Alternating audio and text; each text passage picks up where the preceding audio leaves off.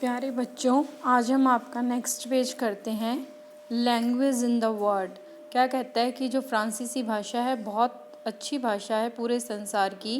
The clearest, बिल्कुल साफ समझ आने वाली। The most logical, that we must guard it among us, जिसकी हमने रक्षा करनी है। एंड नेवर फॉरगेट इट, और इसको कभी नहीं भूलना है। Because when a people are enslaved, जब लोग दास होते हैं, as long as they hold fast to their language, it is as if they had the key to their prison। जब तक वो अपनी भाषा को पकड़ कर रखते हैं तो इसका मतलब ये होता है कि उनके पास उस जेल से निकलने की चाबी है। ये मोस्ट इम्पॉर्टेंट क्वेश्चन है, हर बार एग्ज़ाम में आता है। What does Mr. Hamel say about the French language?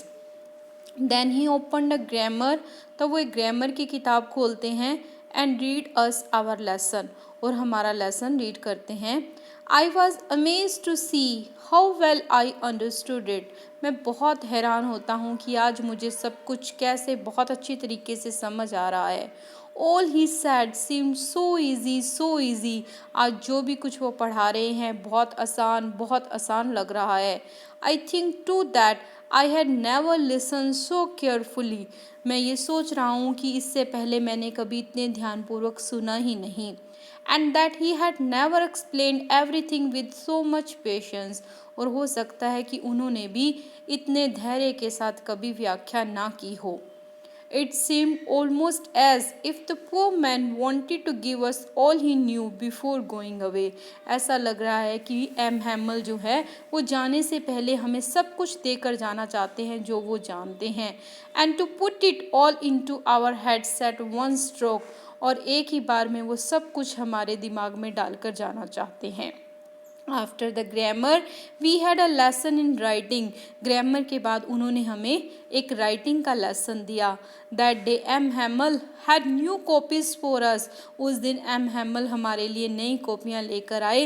Written in a beautiful round hand, France Alsace France. उनके ऊपर बहुत सुंदर लिखाई में लिखा हुआ था फ्रांस अल्सेस, फ्रांस अल्सेस।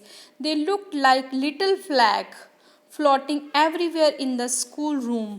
ऐसे लग रहा था कि छोटे छोटे झंडे हैं जो पूरी क्लास के अंदर फैल रहे हैं, तैर रहे हैं। Hung from the rod at the top of our desk. ऐसे लग रहा था कि हमारे बेंचों के ऊपर वो झंडे लहरा रहे हैं। You ought to have seen how everyone set to work। हर कोई अपने काम में व्यस्त है। And how quiet it was। आप देख सकते हो कि बहुत शांति थी। The only sound was scratching of the pen over the paper। एक ही आवाज़ आ रही थी कागज़ पे पेन के चलने की आवाज़। Once some beetle flew in। कुछ बिटल उड़कर आए। But nobody paid any attention to them. लेकिन किसी ने उन पर ध्यान नहीं दिया। Not even the littlest one. यहाँ तक कि छोटे बच्चों ने भी ध्यान नहीं दिया। who worked right on tracing their fish hooks as if that were French। जो कि क्या कर रहे थे, फिश हुक की ड्राइंग बना रहे थे जैसे कि वो भी क्या हो, फ्रेंच हो। On the roof the pigeon could very low. और छत के ऊपर जो कबूतर हैं वो गुटरगू कर रहे थे। And I thought to myself, और मैंने अपने आप से कहा, will they make them sing in German even the pigeon. क्या अब ये पर्शिया के लोग हैं कबूतरों से भी जर्मन भाषा में गीत गाने को बोला करेंगे।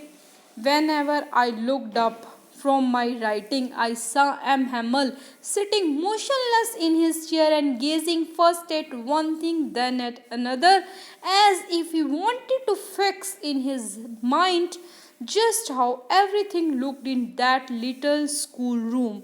जब जैसे ही मैं लिख रहा हूँ, लिखते हुए ऊपर एम हैमल को देखता हूँ कि चुपचाप अपने कुर्सी पे बैठे हुए हैं और कभी एक वस्तु को देखते हैं और कभी दूसरी वस्तु को देखते हैं।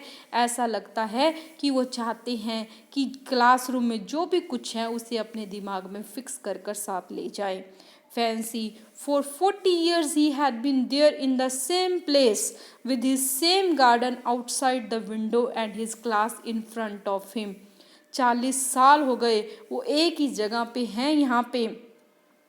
With his garden outside the window, बाग है खिड़की के बाहर, and his class in front of him, और उसके सामने उनकी क्लास। ओके।